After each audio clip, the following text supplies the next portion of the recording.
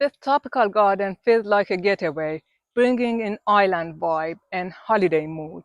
It's set in the beautiful coastal town of Tairua, where the warm, humid climate makes it a perfect place for growing lush tropical plants. Scott has created his place to embrace the environment, and today we are exploring his garden to see what makes it special.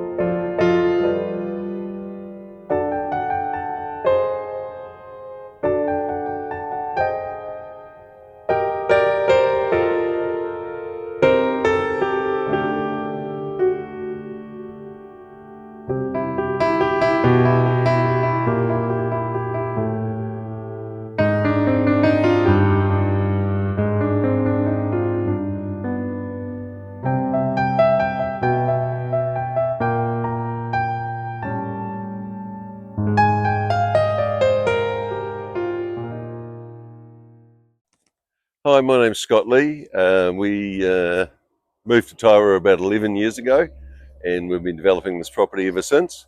I haven't really done many gardens before, just 3 in the various houses I've lived at over the years. So this was quite a challenge, 3/4 of an acre at the bottom of a subdivision in a valley in Tairua on the Coromandel. So we had a few issues with springs and things, and there wasn't even enough flat land to put a tent in when we first arrived. But we got a bulldozer in, flattened her out a bit, built the walls, built the garden about 5 years ago, I guess, and been patching it up ever since. Never seems to end on a property this size.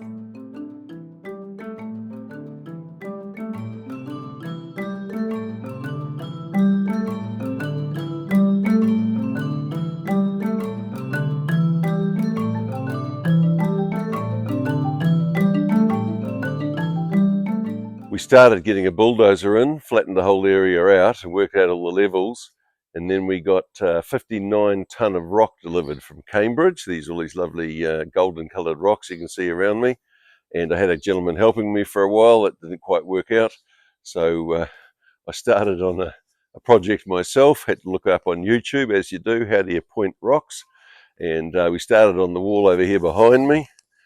Pretty damn rough, but it looks pretty good by the time we get out the front, where I ended up 18 months later.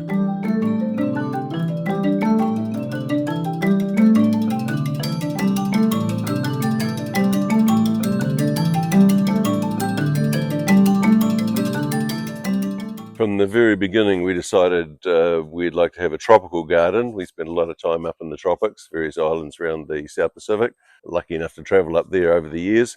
So there's very few actual flowers as such, but there's a lot of palms, succulents and bromeliads. And we get most of the colours from the bromeliads.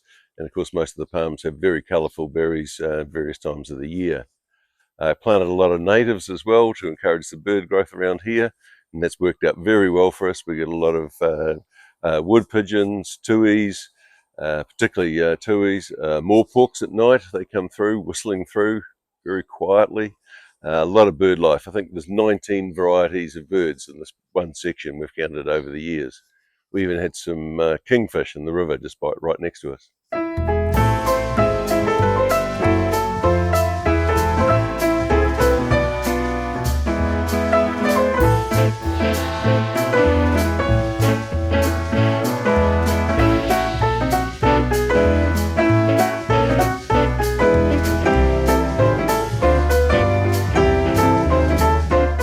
When my wife designed the house, so you can basically blame her for the design, we decided we wanted to look a little bit like a lodge. We loved the black cedar, and we wanted a real flow through a feel, so you could get open the windows on either side, or the doors on either side, get a bit of a breeze coming through.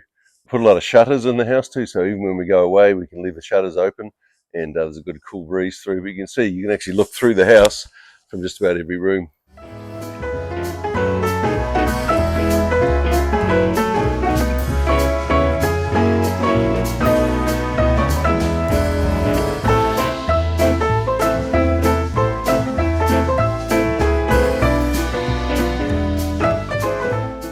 both agreed that you want something very nice and greeting, if you like. So we want a bit of colour in the foyer.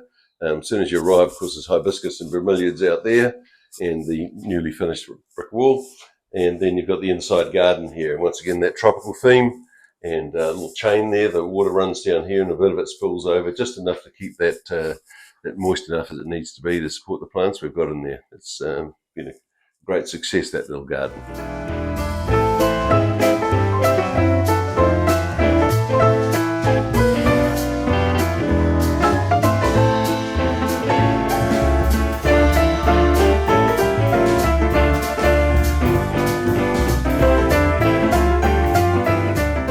The nice thing about building your own wall is when you decide you want to put a plant there, you can just leave a couple of rocks out, put a little patch for some nice soil, and you've got a staghorn or two.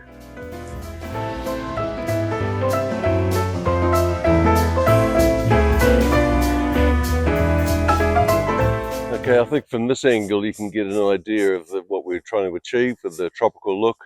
Almost like a lodge there, but with the palm trees and the bromeliads and the succulents and a few of the natives we've got in there, we've pulled it off without using too many flowers except the hibiscus. You can see here there's a smash of colour certain times of the year. It's a nice little scene from where we are.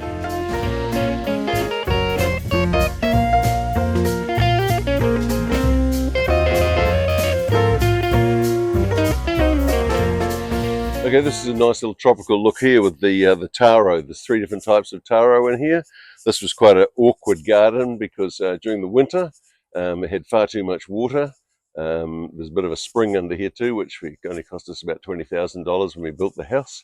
You engineer around the spring. Anyway, there's too much water here in winter and not enough here in summer.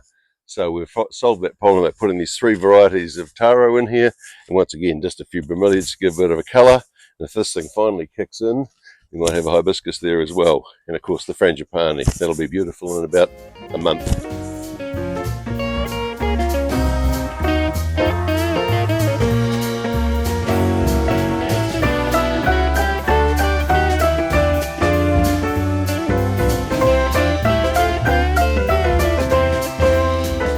Right, I think things are definitely getting warmer in the garden. I mean, take these bananas, for example. This is our first batch from this year, and we've got another 3 on the go. We'll probably get at least 2 of those in this summer. So bananas growing very well here in the Tairua.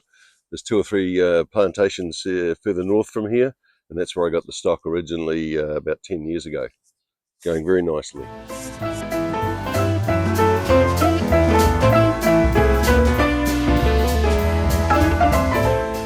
Why do people garden? That's a deep and philosophical question. I guess there's a whole bunch of reasons. It's very therapeutic. You can get away, think about nothing but what you're doing. That's nice for an hour or 2. Actually, the wife and I enjoy doing some gardening together. We'll hit a patch in the afternoon and get a good sense of achievement when you've tidied up an area.